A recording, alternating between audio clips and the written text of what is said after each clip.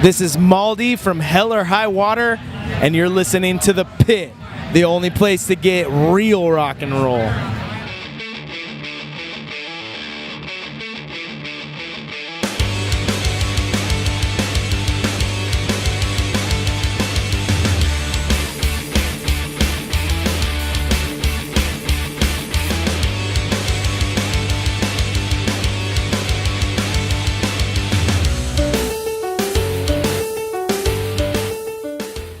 So you are, I am Maldy from Hell or High Water. and how did you think your set went today? Great. We had a good time, a lot of fun, good reaction, and yeah, I couldn't have asked for more.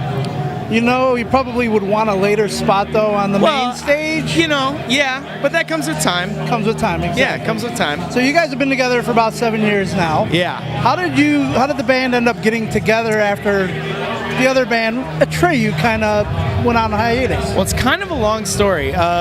Shorten it down. So Brandon kind of started it was intentionally like a side project. He was doing solo stuff. Very quickly he got a band together with Joey and Kyle, the drummer, and they kind of toured into the thing, and it's kind of evolved. I joined about 3 years ago, and John, the guitar player, joined about 3.5 years ago. Okay. So it's kind of been this evolution of friends and musicians going from what was Brandon's side project into a full band and a full collective experience. So when he got you, how did he actually get you involved? Well, I've actually known Joey and Kyle and John for about 15 years maybe. Okay. And I used to play guitar in a metalcore band back in the day. But I also, because I was friends with them, I was recording an album playing guitar for a friend at Joey's house right after their old guitar player left, and he asked me if I wanted to try out. So I did, and it was more of like jamming with homies than it was a tryout. It just worked really well. You guys meshed pretty good after that. I mean, because, well, those guys, we all, me included, we used to jam together on the weekends just for fun as friends. So it was kind of more like, hey, come jam with us, play these songs and see how you do with them. And it was great. And I tried out, and then like very quickly was when the sound kind of evolved a bit. Okay. So within that, once I joined, it just kind of evolved and kind of took the shape as it became on Vista, the album. So how has the music evolved since you actually started with the band? When I started, it was more like punk rock, and now it's become more rock and roll.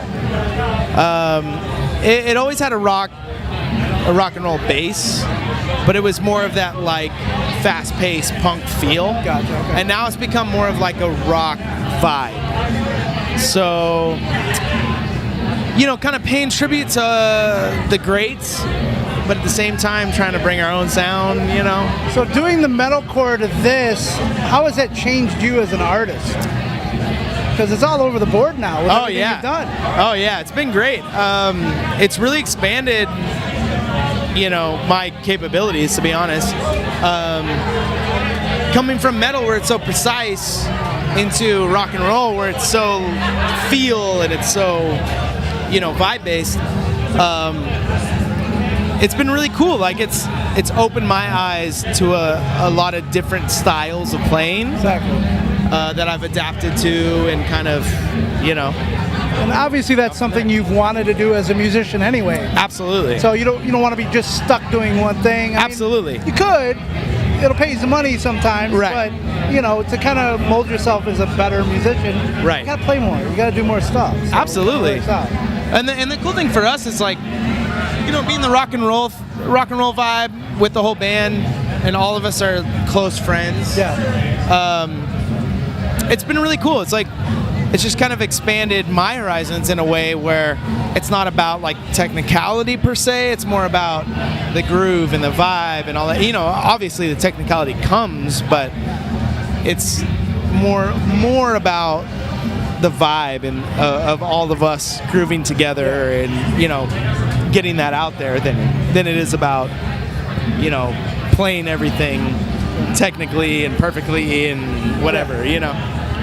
It's still great. All that stuff is great. It's just, it's been rad because it's opened my doors to a new style, which has been really profoundly amazing. Yeah, that's good. Yeah. So you guys were here in Chicago a few weeks ago at the Forge. Yeah. That I saw. What's one of your favorite venues to play in, not just Chicago, but in the country? The Forge is a great venue. Could be lighter, more lights, better lighting. Yeah. So my only complaint. Yeah. As a photographer. I hear you. Favorite venues in the U.S. Well, I work at a venue back home in San Diego, the Observatory in North Park, and it's honestly one of my favorite venues. We've never played there. Really? But Get on it. I know, I'm working on it. But besides that, I don't know. There's rad venues all over the place. Yeah. You know, we had a lot of fun in Spokane. We played the Knitting Factory. Okay.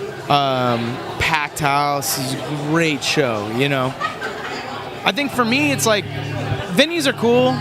I'm more care about The people. The people. Yeah, I don't people. know, like that reaction and that you know, feeding off the fans. That's what I care about. Gotcha. So venue's a venue. There's some dope ones. There's some shitty ones. Sure, there's always. There's You some can bad swear, ones. It's all good. Right? Yeah, I think so.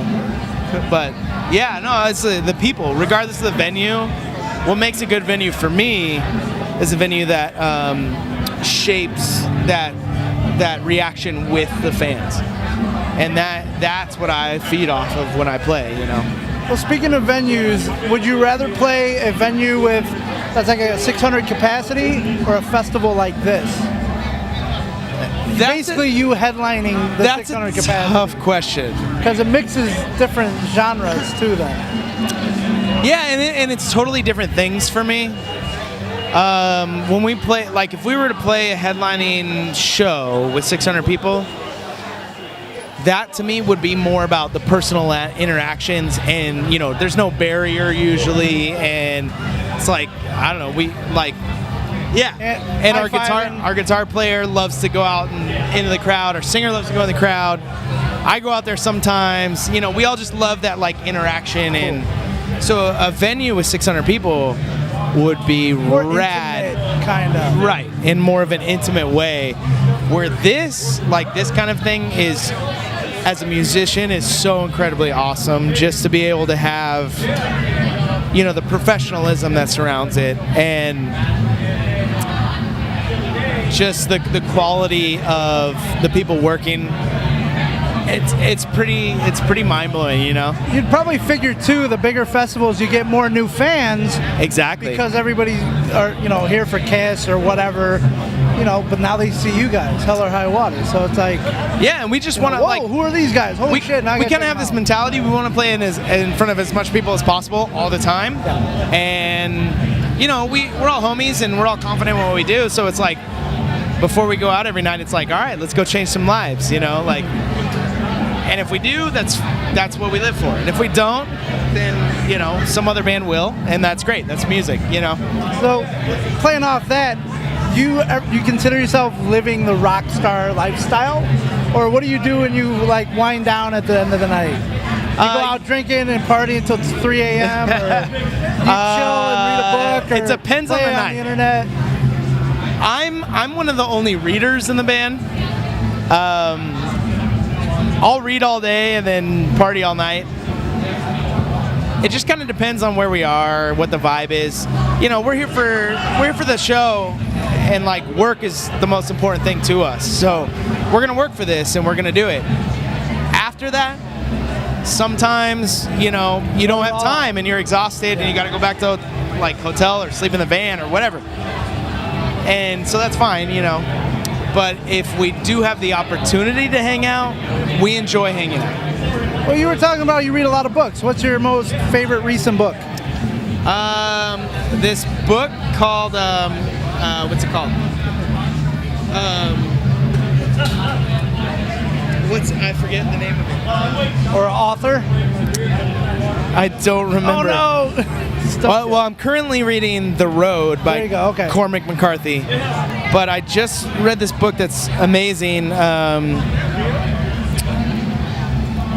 I can't remember the name of it right now. I'd have to find it. No worries, man. The last book I read before that was awesome was The Stranger by. It's not Kafka. Well, it's, Google it. The Stranger. There you go. It's not Kafka. It's another guy. It's I don't know. The Stranger. I'm horrible with like band names, band songs, book names, book songs. So you got a lot to worry about. Yeah, if I have it, I'll be like, here, look. But remembering. But trying to remember the shit. Yeah, Okay. I don't know. So I want to kind of switch gears. You got a lot of tattoos. You're pretty tatted up. What was your first tattoo? My first tattoo was this one.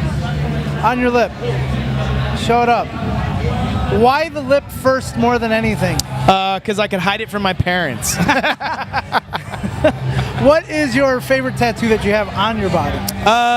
You know what? I think that's a tie. And who is your artist? You got to give artists credit. Okay, so this was this guy named Todd Bain. This one. Can't see it? There you go. There. So we're doing a really close-up thing here. Yeah. Cool. He used to be in San Diego, now he's in Texas. My current tattoo artist in San Diego is named Jasmine Wright. She tattoos all over the country, and she's done everything on this arm. This is one of my favorite right here. Oh, that's pretty wicked. Trees and shit. I'm an outdoors guy. I like to hike and backpack and stuff, and me and my cousin got this together because we like to do the same. Cardinal. That's from my grandpa. Okay. This was a present. This is my dad and me. Oh, I just noticed that's a wolf as an outline. Yeah. Holy shit. And this is one of my favorites. This is my newest one from Jasmine. I'm getting a bunch of filler and stuff when I get home, but I'll be doing that too soon. yeah, you know, it's gradual. So what prompted you to get your very first tattoo to begin with, and how old were you? I don't know how old I was. Teens? It's an adjustment, you know what I mean? Sit down for 2 days. Oh shit, I want to go back out. Yeah, pretty much. So we're home for about a month and a half, and then we go back out with Nothing More in the fall. Nothing More and As Lions, and that'll be rad. We did a tour with them early April, May, and we became really good friends with them. Awesome. So they're doing like a second version of it, you know. So we're doing that in the fall, and that's probably about all that we're doing this year. Any more festivals? There's a couple festivals in there. I'm not sure which ones. I know we're hitting one on the way out to that tour, and then yeah, it's like, you know. But next year is going to be a lot of touring. Got it. A lot of touring. See him on the road. Yeah, a lot of touring. So awesome. Thank you so much for the interview. Yeah, really of course, man. appreciate it. Thank you very much. No problem, man.